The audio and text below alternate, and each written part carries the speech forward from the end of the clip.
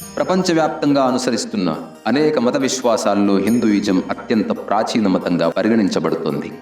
ముఖ్యంగా భారతదేశంలో వేల సంవత్సరాలుగా ఉనికిలో ఉన్న హిందూ మత ప్రభావంతో ఇక్కడ అనేక దేవాలయాలు వెలిశాయి.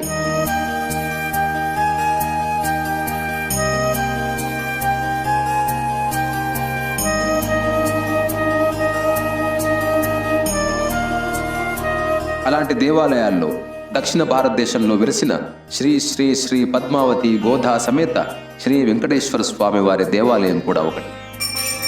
ఏడుకొండలవాడ వెంకటరమణ గోవింద గోవింద, ఆపదముక్కులవాడ అనాథరక్షక గోవింద గోవింద, ఓం నారాయణ పరబ్రహ్మం సర్వకారణకారకం. ఆలయ మార్గం విషయానికి వస్తే తెలంగాణ రాష్ట్రం హైదరాబాద్ సమీపంలో రంగారెడ్డి జిల్లా మహేశ్వరం మండలం అమీర్పేట గ్రామం నుంచి 1 కిలోమీటర్ దూరంలో గుట్టపైన వెలిసిన శ్రీ శ్రీ శ్రీ పద్మావతి గోదా సమేత శ్రీ వెంకటేశ్వర స్వామి వారి దేవాలయం దర్శనమిస్తుంది. కింద ఉన్న పోచమ్మ చెరువు నుండి గుట్టపైకి రోడ్డు మార్గం ఉన్నది. ఈ రోడ్డు మార్గం మధ్యలో ఆహ్లాదకరమైన వాతావరణం, పక్షుల కిలకిలారావాలు వచ్చిపోయే భక్తులను పలకరిస్తాయి. గుట్ట చుట్టూ పచ్చని పొలాలు, ఏటిగట్టున్న పక్షుల గానాలు, కమ్ముకొస్తున్న మేఘాలు, ఇట్లా ఒకటేమిటి చెప్పుకుంటూ పోతే మార్గం గుండా అనేక విషయాలు భక్తులను మరింత ఆకర్షిస్తాయి. ఆలయ ప్రాంగణ విషయానికి వస్తే గుట్టపైన ఉన్న శ్రీ వెంకటేశ్వర స్వామి వారి ఆలయ ప్రాంగణం ఏకంగా 20 ఎకరాల విస్తీర్ణంలో ఉంది. మరోవైపు వెంకటేశ్వర స్వామి గుట్ట దిగువన ఒక 500 అడుగుల పరిధిలో ఒక చెరువు కూడా ఉంది. భక్తులు మార్గం గుండా వస్తూ ఆలయ ప్రాంగణంలోకి రాగానే ఎత్తైన రాజగోపురం కనిపిస్తుంది. ఆ రాజగోపురం ఎదురుగా ఎత్తైన ధ్వజస్తంభం కూడా కనిపిస్తుంది. ధ్వజస్తంభం దాటుకుని ముందుకు వస్తే గర్భగుడి. ఆ గర్భగుడిలో 6 అడుగుల ఎత్తులో ఉన్న శ్రీ శ్రీ శ్రీ వెంకటేశ్వర స్వామి వారు దర్శనమిస్తారు. అక్కడ స్వామివారికి ఒక పక్క పద్మావతి అమ్మవారు, మరొక పక్క అండాళ్ళు అమ్మవారు చూడటానికి కన్నుల విందుగా అనిపిస్తుంది. ఎదురుగా స్వామివారి వాహనం అయిన గరుడదేవుడు మనకు దర్శనమిస్తాడు. దేవాలయ గుడి గోడలపైన చెక్కిన హస్తకళా నైపుణ్యం ఎంతో అమోఘంగా ఉంటుంది. ఎన్నో వందల సంవత్సరాల క్రితం ఆలయం ఆవిర్భవించినప్పటికీ ఈ ఆలయం గురించి బయట ప్రపంచానికి పెద్దగా తెలియదని చెప్పాలి. కానీ 2000-2001 సంవత్సరం మధ్యకాలంలో జరిగిన ఒక ఆశ్చర్య సంఘటనతో ఈ ఆలయం వెలుగులోకి వచ్చింది. మరి ఆ సమయంలో జరిగిన అద్భుత ఘట్టం ఏమిటో ఇప్పుడు చూద్దాం. పద్మావతి గోదా సమేత లక్ష్మీ వెంకటేశ్వర స్వామి ఆలయం అనేది వెలసింది. దీని యొక్క చరిత్రను పరికిస్తే 500 సంవత్సరాల చరిత్ర ఉంది. మరి ఆ క్రమంలోనే ఇక్కడ ఆచారంగా వర్షాలు పడినప్పుడు అమీర్పేట గ్రామవాసులు కానీ చుట్టుపక్కల వాళ్ళందరూ కూడా ఊర్లో ఉన్నటువంటి శివాలయంలో అభిషేకాలు నిర్వహించి సాయంత్రం మళ్ళీ ఈ గుట్టపైకి వచ్చి పాయాసము చేసి స్వామివారికి నివేదన చేసి ఊరికి వెళ్ళగానే వర్షాలు పడ్డాయి అనే నిదర్శనాలు ఎన్నో ఉన్నవి. కాబట్టి అన్ని సంవత్సరాల నుండి ఇక్కడ భక్తుల పాలిట కొంగు బంగారమై ఈ వెంకటేశ్వర స్వామి ఈ గ్రామ ప్రజలకి, చుట్టూ ఉన్న ప్రజలకి మోక్షాన్ని, తన యొక్క అనుగ్రహాన్ని చూపిస్తూ ఉన్నాడు. ఇది ఇలా ఉండగా ఈ పురాతనమైన వెంకటేశ్వర స్వామి దేవాలయంలో ఒక అద్భుతం జరిగింది. దాదాపు 26 సంవత్సరాల క్రితం అంటే 1999లో వర్షాలు లేక కరువు ఏర్పడింది. రైతులు, గ్రామ ప్రజలు ఇబ్బంది పడుతున్న తరుణంలో గ్రామ ప్రజలంతా కలిసి గుట్టపైకి భజన చేసుకుంటూ వస్తూ పక్కనే ఉన్న చెరువు నుంచి నీటిని తెచ్చి గర్భగుడిలో శ్రీ వెంకటేశ్వర స్వామి వారిని అభిషేకించారు. అలా అభిషేకించిన 2 రోజుల్లోనే అద్భుతమైన వర్షాలు పడ్డాయి. ఇక రైతులు, గ్రామ ప్రజలు వారి ఆనందానికి అవధులు లేనే లేవు. కరువు కాటకాలతో అల్లాడిపోతున్న ప్రజలకు స్వామివారే స్వయంగా వర్షం కురిపించి కరుణించారని, తమ కష్టాలు తీర్చారని ప్రజలు నమ్మారు. ఇక అప్పటి నుంచి ప్రజలకు ఏ సమస్య వచ్చినా సరే స్వామివారికి నీటితో అభిషేకించి భజనలతో పూజించేవారు. అలా వారిలోని బాధలని స్వామివారు ఏ క్షణానికి ఆ క్షణం తీర్చేవారని అక్కడి భక్తులు ఇప్పటికీ చెబుతారు. దాంతో అప్పటి నుంచి ప్రజలు ప్రతిరోజు ఉదయం సాయంత్రం గుట్టపైన స్వామివారికి పూజలు చేసేవారు. ఏడుకొండలవాడ వెంకటరమణ గోవింద గోవింద, ఆపదముక్కులవాడ అనాథరక్షక గోవింద గోవింద. పురాతనంగా వెలిసిన శ్రీ వెంకటేశ్వర స్వామి వారు తరతరాలుగా మా తాతల నుండి ముత్తాతల నుండి పూజలు అందుకుంటున్నాడు. విగ్రహం లేకముందు ఒక స్తంభం మీద స్వామి కిరీటం ఉండే, అక్కడ కిరీటానికి దానికే పూజ చేసేది. అలా పూజలు చేసుకుంటూ వచ్చి అది మందిర నిర్మాణం జరిగింది. ఊరి వాళ్ళు, పెద్దలు అందరూ దాతల సహకారంతో అందరూ ముందుకొచ్చి ఈ గుడిని నిర్మాణం చేసిరు. జేర్ స్వామి ఆధ్వర్యంలో ఈ గుడి నిర్మాణం జరిగినది. ఇక ఎప్పటిలాగే మాఘమాసంలో శివభక్తులు మాల ధరించారు. దీక్షలో భాగంగా ప్రతిరోజు చెరువులో ఉన్న నీటిలో స్నానం ఆచరించి గుట్టపైన ఉన్న స్వామివారిని దర్శించుకునేవారు. ఇక కలియుగ దైవమైన శ్రీ వెంకటేశ్వర స్వామి ధరని మీదికి తెచ్చే సమయం ఆసన్నమైందని నిదర్శనం వెలుగులోకి వచ్చింది. 2001-2002 సంవత్సర మధ్య కాలంలో మామూలుగా అమీర్పేట గ్రామంలో ఉన్న శివభక్తులంతా మాల వేసుకున్న సమయంలో గుట్టపై స్వామివారి దర్శన దిశగా భజన చేసుకుంటూ వెళుతున్న సమయంలో వాళ్లకొక నాగుపాము దర్శనమిచ్చింది. వాళ్ళ భజనకు నాగదేవుడే తన్మయమైపోయి ఆ నాగుపాము స్వాముల వెంబడే రావడం, ఇక్కడ వెంకటేశ్వర స్వామి గుట్టపై ఉండటం జరిగింది. కానీ ఆ నాగుపాము ఎవరికీ ఎటువంటి హాని కూడా కలిగించేది కాదు. అలా 30 రోజుల పాటు శివస్వాముల దీక్షలో ఉన్నంతకాలం ప్రతినిత్యము చెరువులోకి వెళ్ళి మళ్లీ తిరిగి గుట్టపైకి రావడం జరిగింది. ఈ విషయాన్ని ప్రతిరోజు శివస్వాములు గమనించి ఊరి పెద్దలకు తెలియజేశారు. అలా ఆ నోట ఈ నోట చివరికి ఈ విషయం కాస్త మీడియా వరకు చేరింది. దీంతో హుటాహుటిన మీడియా వాళ్ళ అక్కడికి రావడం జరిగింది. అక్కడ శివభక్తులతో కలిసి గుట్టపైకి వెళ్ళి చెట్టు క్రింద ఉన్న శ్రీ వెంకటేశ్వర స్వామి వారిని దర్శించుకునేది. అలా ఈ విషయాన్ని కెమెరాలో బంధించి మీడియా పత్రిక మాధ్యమాల్లో చూపించడంతో విషయం కాస్త వెలుగులోకి వచ్చింది. ఈ సంఘటన తిలకించడానికి చుట్టూ ఉన్న పక్కన ఉన్న గ్రామాలు తండోపతండాలుగా తరలి వచ్చారు. ఈ యొక్క గుట్టపైన సుదర్శన్ మొదలియార్ అనే సారు ఉండేది పంతులు. ఆయన ఒక సంవత్సరంన్నర దీపం పెట్టిండు. ఈ యొక్క అఖండ దీపము కంటిన్యూగా ఎంత గాలి వచ్చినా కూడా పోకుండా ఈడ దీపం వెలిగించిండు. ప్రతిరోజు సైకిల్ మీద వచ్చి ఊర్లోకి వెళ్ళి సైకిల్ మీద వచ్చి వీడికి వచ్చి ముట్టించి ఆయన వెంబడి నేను కూడా వస్తుంటి. ఇద్దరం వచ్చి ముట్టించి దానికి ఒక డాపు చేసి అద్దాలతో ఒక డబ్బా చేసి ఆ డబ్బాలో దీపం పెట్టినాము. ఒక సంవత్సరంన్నర పెట్టిండు. సంవత్సరంన్నర తర్వాత ఈ గుడి ప్రాంగణం లోపల మొత్తం కూడా రకరకాల చెట్లు, కలప చెట్లు ఉన్నాయి. ఈ చెట్ల లోపల ఏడికేలు వచ్చిందో ఆ నాగేంద్రుని ఆ శివసాములు మాలలు వేసిర్రు.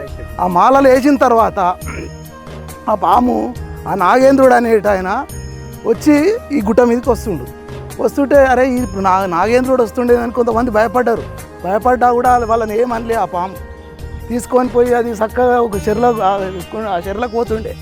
చెర్లకు పోయి వీళ్ళు ఎంబడెంబడి పోదురు. అది పోయి చెర్లకు పోతుంది, ఇక పోతుందేమో అని అనుకున్నారు.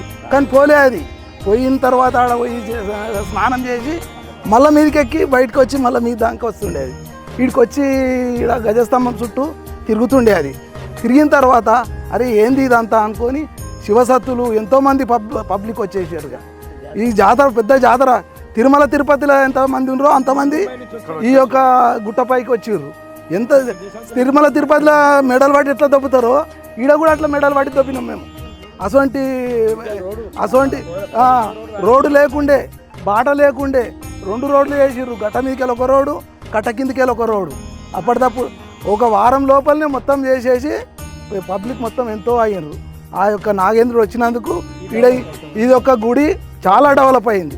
ఈ డెవలప్ అయినందుకు అందరికీ చుట్టుపక్కల ఊర్లలో కూడా ఈడ వెంకటేశ్వర స్వామి గుడి ఉన్నది, గుట్ట ఉన్నది, అందరం పోయి మొక్కాలి అని చెప్పి అందరూ వాళ్ళ మనసులల్లో అనుకుంటారు.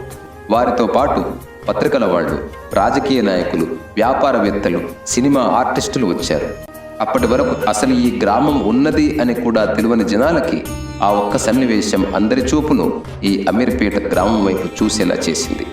ఇక అక్కడ నాగుపాము చేస్తున్న అద్భుత దృశ్యాలు చూసి యావత్ ప్రజలంతా ఆశ్చర్యం వ్యక్తం చేశారు. అంతేకాదు ఇక్కడ స్వామివారి మహత్యాన్ని తెలుసుకుని ఎక్కడెక్కడి నుంచో భక్తులు వచ్చి స్వామివారిని దర్శించుకున్నారు. భక్తుల కోరికలు తీర్చే కొంగు బంగారంగా ఇక్కడ స్వామివారు ప్రసిద్ధి చెందారు. ఇక్కడ పురాతనం నుంచి ఇక్కడ మేము ఈ చుట్టూ పొలాల్లో ఏం చేసేదంటే ఉగాది అప్పుడు ఇక్కడ గుడికాడ దర్శనం చేసుకొని ఆడ పొలాలలో పని స్టార్ట్ చేసేది. అప్పటి నుంచి ఉగాది అప్పటి నుంచి ప్రతిసారి గుట్ట మనకు మనశ్శాంతి కావాలంటే ఈ గుట్ట మీదకే వచ్చేది. మేము ఈడ కూర్చుంటేనే మాకు మనశ్శాంతి దొరికేది. ఎక్కడ పోయినా మనశ్శాంతి దొరకపోయేది. ఈడుండి ఇంత దేవుని ఆధ్యాత్మికంగా లైన్లో అదో ఇదో గోవిందనామాలు అవో ఇవో చదువుకుంటా ఈ గ్రామంలో పుట్టినలో అందరం ఆడపిల్లలు కానీ మగపిల్లలు కానీ మేము ఈ గ్రామంలో పుట్టిన వాళ్ళు చాలా అదృష్టవంతులం. ఎందుకంటే ఈ గుడి దాదాపు 22 ఎకరాల భూమి ఉంది. ఈ వాతావరణం చుట్టూ ఈ భూముల గద్ద కూడా ఈయన కుప్పగలుగుతుంది. చుట్టూ వాళ్ళకి కానీ ఇక్కడ పంటలు కానీ ఇక్కడ వచ్చిన వాళ్ళకి కానీ ఇక్కడ వచ్చి మధ్యాహ్నం పూట హాయిగా పండుకుంటేదాన్ని మీరు అంతే. మీకు అన్నీ ఏ రోగం ఉన్నా దిగపోతుంది, ఏది ఉన్నా పోతుంది. అట్లా చాలామంది కూడా మా గుడికి వచ్చిపోతున్నారు. ఇక్కడ పెళ్ళిళ్ళు అవుతున్నాయి, పెళ్ళిళ్ళు కూడా చేసుకుంటారు, రథాలు చేసుకుంటారు. ఈ గ్రామంలో ఇప్పుడు శుభస్థంగా ఉన్నది మాకైతే. అంటే గ్రామాల వాళ్ళు కూడా మా ఊరికి వస్తారు. మా ఊరు పెద్దగా జాతర నడుస్తుంది. ఈ ఊరు అంటే అందరికీ ప్రేమ, జీవితానికి కూడా ప్రేమనే. భగవంతుడు కూడా మా మీద కృపుండే ఇవన్నీ చేపిస్తున్నాడు. అన్ని గుళ్ళు అయినాయి, అన్ని మంచిగా భక్తులు, ఆడపిల్లలు, మంచోళ్ళు, చెడ్డోళ్ళు అందరూ వస్తారు. దీనికి అందరు దీవెన ఉన్నది మాకు. పెద్దలు చిన్నలు ఏ రాజకీయ నాయకులు కూడా అందరూ అన్నదమ్ములా పుట్టారు. పగలు పయనాలు ఏం లేవు. మా లోపల ఈ గ్రామం లోపల వెంకటేశ్వరరావు వెలిసింది కాబట్టి చుట్టుకుంట గ్రామంలో ఒక పాము, ఒక తేలు, ఒకరికి ఒక భక్తుడికి హాని చేసింది లేదు. అన్ని చెట్లల్లో అన్ని తిరుగుతాం మేము. అడవిలోకి తిరుగుతాం, గుట్ల పొంటి అన్ని తిరుగుతాం. ఎవరికి ఏం లేదు. ఆ భగవంతుడు పుణ్యం కాబట్టి ఆ భగవంతుని యొక్క అనుగ్రహంతో గుడి ఆయననే ఎవరికో మనుషులల్లో కొంతమందికి భక్తులకు అనుగ్రహం కలిగించి గుడి కూడా ఏర్పాటు చేసుకున్నాడు. ఇక్కడ మనకు కనిపించేది కాదు భగవంతుని యొక్క తత్వము, ఎవరికి కూడా మనకు తెలియదు. అది రాబోయే కాలంలో తెలుస్తూ ఉంటుంది. ఇకపోతే ఇక్కడ స్వామివారిలో మహత్యం ఉందని గమనించిన ఊరి పెద్దలు విరాళాలు స్వీకరించి స్వామివారికి ఆలయాన్ని నిర్మిద్దాం అనుకుని శ్రీ శ్రీ శ్రీ పద్మావతి గోదా సమేత శ్రీ వెంకటేశ్వర స్వామి ఆలయాన్ని శ్రీ శ్రీ శ్రీ త్రిదండి చిన్నజీర స్వామి ఆధ్వర్యంలో ఇక్కడ గొప్పగా ఆలయాన్ని నిర్మించడం జరిగింది.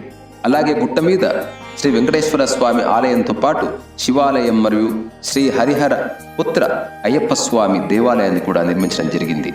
అంటే ఈ అమీర్పేట గ్రామంలో శ్రీ వెంకటేశ్వర స్వామి దేవాలయంతో పాటు శివాలయం, శ్రీ శ్రీ శ్రీ హరిహరపుత్ర అయ్యప్ప స్వామి దేవాలయాలు అత్యంత ప్రావీణ్యం పొందాయి. అయితే ఈ 3 దేవాలయాలను పక్కపక్కనే గ్రామ పెద్దలు నిర్మించడం జరిగింది. ఇకపోతే ఆ కలియుగ దైవం శ్రీ వెంకటేశ్వర స్వామికి ఆ రోజు నుంచి నేటి వరకు ప్రత్యేక వేడుకలు, ఉత్సవాలు, శనివారం సందర్భంగా ప్రత్యేక అభిషేకం నిర్వహించడం ఆనవాయితీగా వస్తోంది.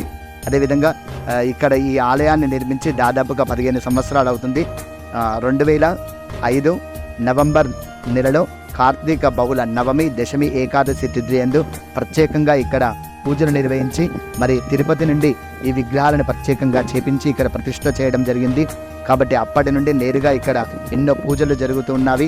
సంధ్యా సమయంలో ఇక్కడ వచ్చి ఒక 15 నిమిషాలు ప్రదక్షిణ చేసి కూర్చుంటే ఎంతో మానసిక ప్రశాంతత పొంది ఆ స్వామివారి యొక్క కృపకు పాత్రులు అవుతున్నారు. ఇలాంటి విషయాలు ఇంకా ఎన్నో ఇక్కడ ఉన్నవి, చూస్తే కానీ ఇక్కడ అర్థమవుతుంది. మరి ప్రత్యేక అభిషేకాలు చేసినప్పుడు ఆ అలంకారం చూడడానికి ఇక్కడ భక్తులు ఎంతోమంది వేల సంఖ్యలో ఇక్కడ రావడం జరుగుతుంది. ఇక్కడ ఆలయ శిల్ప నిర్మాణాన్ని చూసినట్లయితే ఆలయము ప్రధాన ఆలయంలో దశావతారాలు వచ్చే విధంగా ఇక్కడ ఆలయాన్ని నిర్మించడం జరిగింది. మరి ఈ ఆలయానికి వచ్చినట్లయితే మనము దశావతార దర్శనాన్ని కూడా చేసుకోవచ్చు. ప్రత్యేకంగా ఇక్కడ ఇంకొకటి ఏంటంటే కార్తీక మాసం అంటేనే శివకేశవుల మాసం అని మనము చెప్పబడుతుంది. అలాంటి శివకేశవ మాసములో ఉదయం నుండి సాయంత్రం నుండి ప్రతిరోజు కూడా దీపారాధనలు చేయడము, కార్తీక పౌర్ణమి రోజు సంధ్యా సమయంలో కార్తీక దీపాలు వెలిగించడము, అదేవిధంగా కార్తీక మాసంలో ప్రత్యేకంగా చేసుకునేటటువంటి శ్రీ సత్యనారాయణ స్వామి వ్రతాలు సామూహికంగా దశమి రోజు ఇక్కడ నిర్వహించడం జరుగుతుంది. ఇలాంటి అద్భుతమైన ఆలయము మంచి లొకేషన్లో ఉంది. ఇది ఎంతో మానసిక ప్రశాంతతను ఇచ్చే క్షేత్రము. అదేవిధంగా ఆ స్వామివారు స్వయంగా వెలిశాడు అని చెప్పడానికి ఎన్నో నిదర్శనాలు ఇక్కడ ఉన్నవి. కాబట్టి ఇలాంటి యొక్క క్షేత్రాన్ని మనము జన్మలో ఒక్కసారైనా మనము ఈ క్షేత్రాన్ని మనము దర్శనం చేసుకున్నట్లయితే మన యొక్క జన్మ ధన్యమవుతుంది. ఓం నమో వెంకటేశాయ నమః. అదేవిధంగా ఇక్కడ ప్రతి కార్తీక మాసంలో దశమి తర్వాత వచ్చే ఏకాదశి రోజున గ్రామంలోని భక్తులందరూ కూడా కేదారేశ్వర నోములు నోర్చుకొని ఇక్కడ మరుసటి రోజు సామూహికంగా సత్యనారాయణ స్వామి వ్రతాలు చేయడం కూడా ఆనవాయితీగా వస్తుంది. అలాగే ప్రతి ఏటా కార్తీక మాస బహుళ నవమి, దశమి, ఏకాదశి తిథుల యందు స్వామివారి యొక్క వార్షిక బ్రహ్మోత్సవ కార్యక్రమాలు కోటి ఏకాదశి పర్వదినాన్ని పురస్కరించుకొని ఆ రోజు తెల్లవారుజామున 2:30 నుంచి ప్రత్యేక పూజలు చేయడం కూడా ఆనవాయితీగా వస్తుంది. అలాగే ధనుర్మాసం నందు పూజలతో పాటు ధనుర్మాసంలో వచ్చి శ్రీ గోదా రంగనాయక కళ్యాణం కూడా ఎంతో ఘనంగా శ్రీ వెంకటేశ్వర స్వామి గుట్టపై జరుగుతూ ఉంటుంది. వీటితో పాటు ఇక్కడ రథసప్తమి వేడుకలు ఘనంగా జరుగుతాయి. ఈ రథసప్తమి వేడుకలలో భాగంగా సూర్య జయంతి రోజున పాలు పొంగబెట్టి నైవేద్యం చేసి ఆ నైవేద్యాన్ని స్వామివారికి సమర్పిస్తారు. అలా సమర్పించిన నైవేద్యాన్ని భక్తులు అందరికీ పంచిపెట్టే కార్యక్రమం కూడా చాలా చాలా ఘనంగా జరుగుతుంది. అంతేకాదు, గుట్టపై ఉన్న స్వామి దేవాలయం క్షేత్రంలో ప్రత్యేక పూజలు చేయడం వల్ల దోషాలు తొలగిపోతాయి అని భక్తుల నమ్మకం. ఇక్కడ శివభక్తుల కారణంగానే ఆలయ ఆవిర్భావం జరిగింది కాబట్టి ప్రత్యేకించి శివరాత్రి రోజున ప్రత్యేక పూజలు భజనలు నిర్వహిస్తారు. ఇంత గొప్ప క్షేత్రాన్ని మనం కూడా ఒకసారి చూసి తరిద్దాం రండి.